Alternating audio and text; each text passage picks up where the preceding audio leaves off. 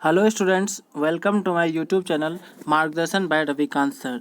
दोस्तों, आज की इस वीडियो में हम लोग फिजिक्स के 15 मोस्ट इम्पॉर्टेंट क्वेश्चंस को डिस्कस करेंगे। तो चलिए आज की शुरुआत करते हैं आज के पहले इस क्वेश्चन से। तो दोस्तों चलिए हम लोग आज के पहले क्वेश्चन को, विद्युत धारा इलेक्ट्रिक करंट का एसआई यूनिट क्या है।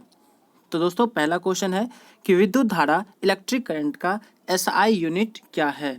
तो क्वेश्चन का सही आंसर होगा ampere. Option number A is the right answer. Ampere हम लोगों का सही आंसर होगा।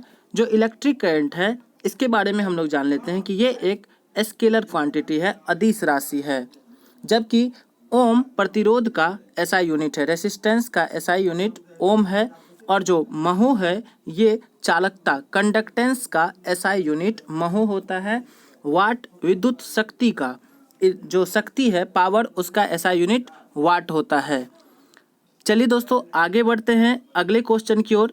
नेक्स्ट क्वेश्चन है 167 नंबर क्वेश्चन, विद्युत ऊर्जा को यांत्रिक ऊर्जा में बदलता है। पहला option transformer, dynamo, motor, microphone. तो इस क्वेश्चन का सही आंसर होगा ऑप्शन नंबर सी, मोटर। जो मोटर है वो विद्युत ऊर्जा को यांत्रिक ऊर्जा में बदलने का काम करता है। जबकि ट्रांसफार्मर है, ये ट्रांसफार्मर एसी को, उच्च एसी को निम्न एसी वोल्टेज में चेंज करता है, बदलता है, या निम्न वोल्टेज को उच्च वोल्टेज में भी बदलने का काम करता है। डायनेमो यांत्रिक ऊर्जा को विद्युत ऊर्जा में बदलने का काम करता है, या यांत्रिक ऊर्जा को विद्युत ऊर्जा में बदलता है डायनेमो। जबकि मोटर विद्युत ऊर्जा को यांत्रिक ऊर्जा में बदलने का काम करता है। और माइक्रोफोन ध्वनि ऊर्जा को विद्युत ऊर्जा में बदलता है। तो मोटर सही आंसर होगा। अगला question, next question 168 number, 168 number question ध्यान देंगे। एक आदर्श आमीटर का प्रतिरोध क्या होता है। तो जो एक आदर्श आमीटर होते हैं उसके रेसिस्टेंस, प्रतिरोध जो होता है वो क्या होता है। तो क्वेश्चन का सही आंसर होगा option number B. Option number B is the right answer. B number option सही आंसर है, शून्य। आदर्श आमीटर का प्रतिरोध शून्य होता है, 0 होता है। जबकि एक आदर्श वोल्टमीटर का प्रतिरोध अनंत होता है। आदर्श वोल्टमीटर का प्रतिरोध क्या होगा, अनंत। ठीक है दोस्तों, तो इस क्वेश्चन का सही आंसर ऑप्शन नंबर बी है। आगे बढ़ते हैं नेक्स्ट क्वेश्चन की ओर। विद्युत फ्यूज किसका बना होता है। जो फ्यूज, इलेक्ट्रिक फ्यूज है, किसका बना होता है। पहला ऑप्शन टीन और सीसा, टीन और जास्ता, सीसा और जास्ता, इनमें से कोई नहीं। इस क्वेश्चन का सही आंसर होगा ऑप्शन नंबर ए, टीन और सीसा। टीन और सीसा ऑप्शन नंबर ए सही आंसर है। जबकि इसमें टीन की मात्रा, यदि टीन की मात्रा कहे तो टीन 63% होगा और सीसा 37%। सीसा कितना होगा, 37%। टीन कितना होगा, तो 63%। तो दोस्तों इस क्वेश्चन का सही आंसर ऑप्शन नंबर ए है। अगला क्वेश्चन देखते हैं, question number 170, 170 number question. Next question है, अस्थाई चुंबक बनाने के लिए प्रयोग किया जाता है। किसका प्रयोग किया जाता है। पहला ऑप्शन नर्म लोहा, ऑप्शन नंबर बी इस्पात, ऑप्शन नंबर सी ढलवा लोहा, ऑप्शन नंबर डी इनमें से कोई नहीं। तो इस क्वेश्चन का सही आंसर होगा option number B.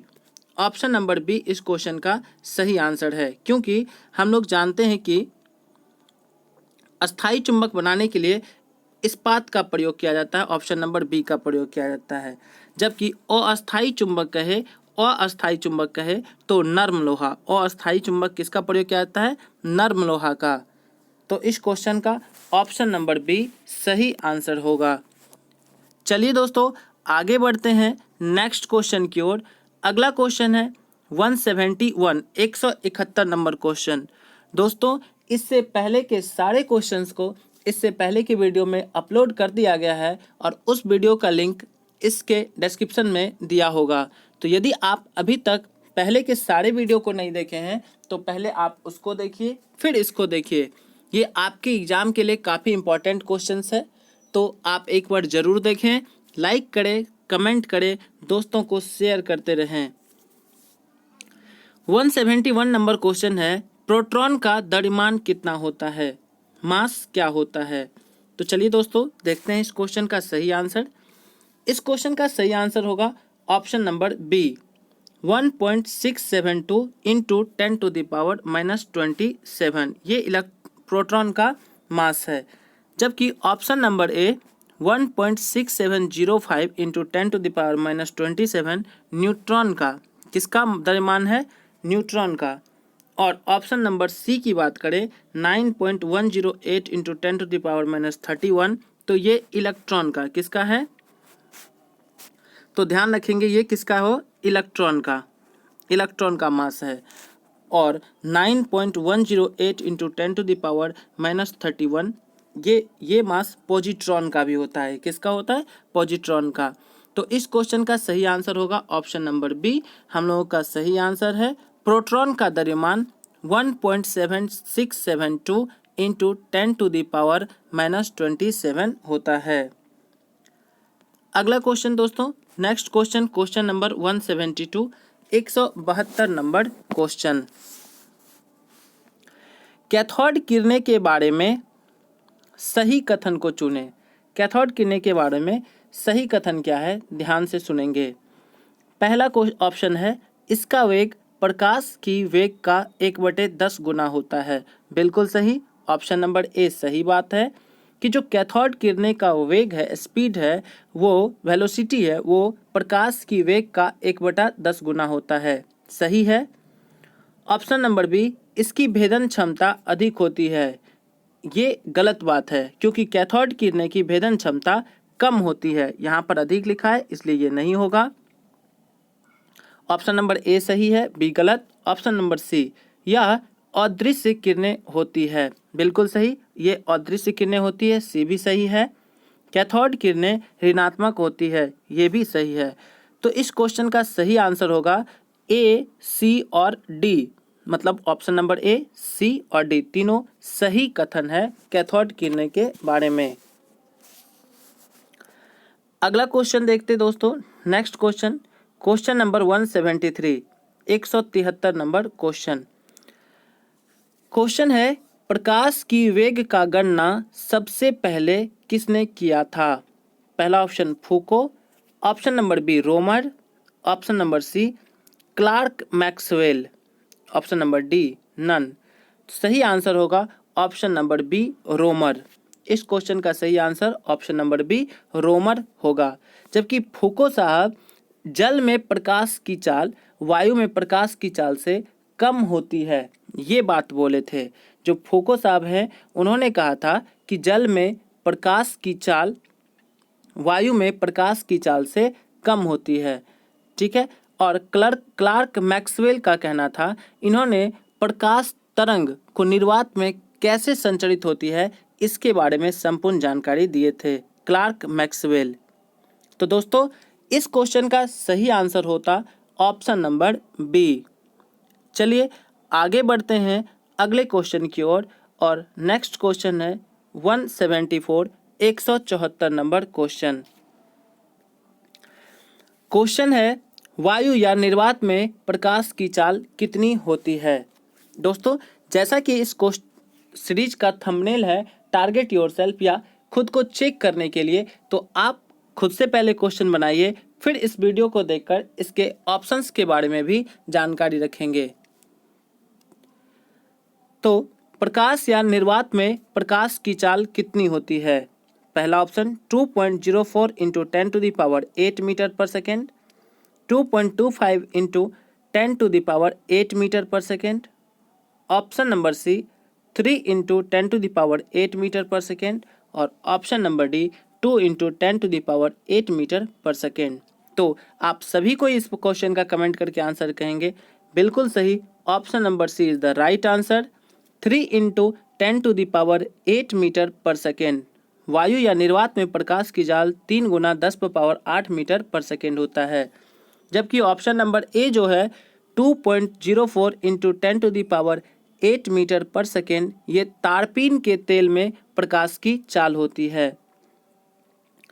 2.25 into 10⁸ metre per second ये जल में प्रकाश की चाल होती है। यदि जल में पूछा जाए तो 2.25 इंटू 10⁸ मीटर पर सेकेंड। और option number D 2 into 10⁸ metre per second ये कांच में प्रकाश की चाल होती है। तो दोस्तों इसलिए आप चारों क्वेश्चन को ऑप्शन को ध्यान में रखेंगे, कांच, जल, प्रकाश और तारपीन का तेल। काफ़ी इम्पॉर्टेंट क्वेश्चंस है। तो चलिए दोस्तों, इस क्वेश्चन का आंसर ऑप्शन नंबर सी था। अगला क्वेश्चन है क्वेश्चन नंबर 175। जिस माध्यम का अपवर्तनांक जितना अधिक होता है उसमें प्रकाश की चाल उतनी ही क्या होती है? तो अधिक होती है, नियत होती है, कम होती है या शून्य होती है? तो इस क्वेश्चन का सही आंसर होगा ऑप्शन नंबर सी, कम। जिस माध्यम का अपवर्तनांक जितना अधिक होगा उसमें प्रकाश की चाल उतनी ही कम होती है। तो सही आंसर होगा ऑप्शन नंबर सी। चलिए नेक्स्ट क्वेश्चन देखते हैं, क्वेश्चन नंबर 176। उससे पहले दोस्तों यदि आप अभी तक हमें मार्गदर्शन को ज्वाइन नहीं किए हैं तो आप हमें ज्वाइन कर सकते हैं टेलीग्राम पर मार्गदर्शन बाय रविकांत सर के नाम से, और अपना फेसबुक पेज मार्गदर्शन बाय रविकांत सर के नाम से है। दोस्तों यदि आपको ये वीडियो हेल्पफुल हो, आपके एग्ज़ाम के प्रिपरेशन में हेल्प कर रही हो, तो आप इस वीडियो को ज़रूर देखें और अपने दोस्तों को शेयर करते रहें। हम लोग साइंस के क्वेश्चन का सीरीज़ लेकर आए हैं जिसमें 250 फिजिक्स, 250 केमिस्ट्री और 250 बायोलॉजी के क्वेश्चंस को डिस्कस कर रहे हैं। तो दोस्तों आप डेली अपने चैनल पे 15 क्वेश्चन हर चैप्टर से फिजिक्स, केमिस्ट्री, बायो से आता है, तो आप उसको देखिए, अपने दोस्तों को शेयर करते रहिए। और चलिए आगे बढ़ते हैं। Next question 176 number question, 176 number question है, चंद्रमा के प्रकाश को पृथ्वी तक आने में कितना समय लगता है? दोस्तों यहाँ पर काफ़ी सारे स्टूडेंट्स गलती करेंगे क्योंकि उसका आंसर होगा 8 मिनट 16 सेकेंड, जबकि गलत हो जाएगा क्योंकि सूर्य के प्रकाश को पृथ्वी तक आने में 8 मिनट 16 सेकेंड का समय लगता है सूर्य के प्रकाश को, जबकि आपसे क्वेश्चन पूछा जा रहा है चंद्रमा के प्रकाश को। तो चंद्रमा के प्रकाश को पृथ्वी तक आने में 1.28 सेकेंड लगता है। कितना लगता है? 1.28 सेकेंड चंद्रमा के प्रकाश को पृथ्वी तक आने में, और सूर्य के प्रकाश को पृथ्वी तक आने में 8 मिनट 16 सेकेंड का समय लगता है। आगे बढ़ते हैं दोस्तों, अपने इस चैनल पे मार्गदर्शन बाय रविकांत सर पे अपना प्लेलिस्ट चेक करने पे अपने पास एक फटाफट सीरीज का जीके जीएस का एक सीरीज है, आप उसको एक बार अवश्य देखें क्योंकि वहाँ पे हम लोग जो जीके का इम्पॉर्टेंट टॉपिक है उसको ट्रिक के माध्यम से याद रखने की कोशिश किए हैं। बहुत ही शानदार वीडियो आपके लिए पेश किया गया वहाँ पे, आप एक बार उसको ज़रूर देखें और आपको अच्छा लगे, आपके काफ़ी सारे पॉइंट को क्लियर करेगा वहाँ से हमारा फटाफट जीके। अगला क्वेश्चन है 177 नंबर, आकाश का रंग नीला किसके कारण दिखाई देता है? पहला ऑप्शन है प्रकाश का अपवर्तन, रिफ्लेक्शन ऑफ लाइट, परावर्तन, रिफ्रैक्शन ऑफ लाइट, प्रकाश का प्रकीर्णन, स्कैटरिंग ऑफ लाइट, या विवर्तन, डिफ्रैक्शन ऑफ लाइट। तो क्वेश्चन का सही आंसर होगा ऑप्शन नंबर सी, प्रकाश का प्रकीर्णन, क्योंकि प्रकाश का प्रकीर्णन, स्कैटरिंग ऑफ लाइट के कारण ही आकाश का रंग नीला दिखाई पड़ता है। जबकि प्रकाश का जो प्रकीर्णन होता है और इसमें बैगनी रंग का जो प्रकीर्णन है वो सबसे अधिक होता है। जब प्रकाश का स्कैटरिंग किया जाता है लाइट का, तो बैगनी रंग का प्रकीर्णन स्कैटरिंग सबसे ज़्यादा होता है और सबसे कम लाल रंग के प्रकाश का। चलिए दोस्तों आगे बढ़ते हैं नेक्स्ट क्वेश्चन की ओर। क्वेश्चन नंबर 178, 178 नंबर क्वेश्चन, उत्तल मतलब कॉन्वेक्स मिरर का प्रयोग किया जाता है। तो कॉन्वेक्स मिरर का प्रयोग किया जाता है। पहला ऑप्शन है गाड़ी चालक को सीट के पीछे देखने में, आँख कान नाक के डॉक्टर को देखने में, है ना, का जो डॉक्टर होता है उसके यूज में, सोलर कुकर में, इनमें से कोई नहीं। तो इस क्वेश्चन का सही आंसर होगा अपने पास ऑप्शन नंबर ए, क्योंकि हम लोग कॉन्वेक्स मिरर का उत्तल दर्पण का उपयोग गाड़ी चालक अपने सीट के पीछे के देखने के लिए करता है। तो ऑप्शन नंबर ए सही आंसर होगा। अगले क्वेश्चन की ओर बढ़ते हैं। Next question, question number 179, 179 number question. Lens की क्षमता डायोप्टर को सूचित किया जाता है। तो सबसे पहले लेंस की जो क्षमता होती है वो डायोप्टर में कैलकुलेट किया जाता है, मापा जाता है, और यही लेंस की क्षमता बराबर होता है, लेंस की क्षमता बराबर होता है, हम लोग ध्यान रखेंगे कि लेंस की क्षमता होता है P बराबर 1/f। P बराबर क्या होता है, पावर बराबर क्या होता है, 1/f। तो इसको जो डायोप्टर होता है इसको हम लोग D से डिनोट करते हैं, सूचित करते हैं। ऑप्शन नंबर ए सही आंसर होगा, D से डिनोट किया जाता है डायोप्टर को, और लेंस की क्षमता बराबर P बराबर क्या होता है, 1/f होता है।